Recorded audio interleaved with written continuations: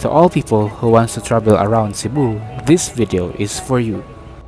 Hello guys, so for this video is I will share to you my travel tipid tips and experiences here in Cebu.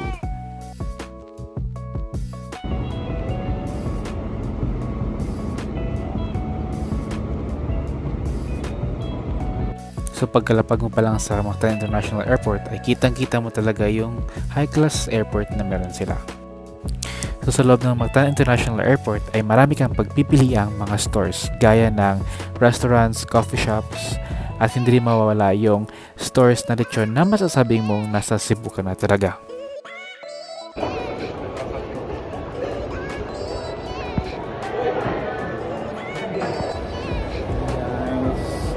So I'm going to ride Angkas. Mag-ride ko sa Angkas So at this moment I tried Angkas kasi mas cheap siya talaga kesa sa Grab. Grabe ako lang mag-isa tapos ang Grab ang mahal. So guys, I tried booking Grab, so it cost like 450 pesos while Angkas only 220 pesos.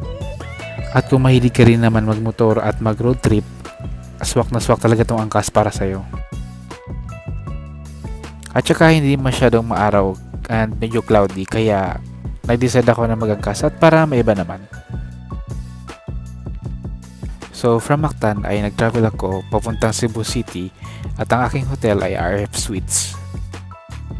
So ang hotel na ito ay nirecommend sa akin ng aking travel and tours na pinagbukan online.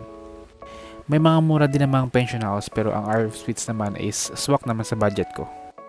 So habang ikaw ay nagmamotor ay ito ang makikita mong tanawin. So guys, ito yung advantage mo habang nagmamotor ka kasi makikita mo yung buong view ng Cebu City. At guys, minsan nahihilo din talaga ako pag nasa taxi ako or sa bus.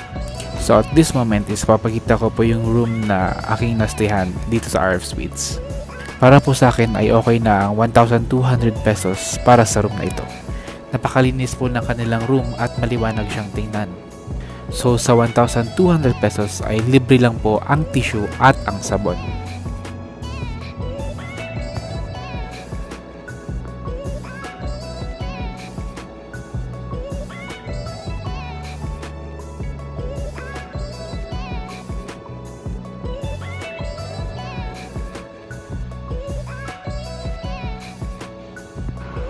So pagkatapos ng aking check-in ay naglibot-libot ako around RF Suites.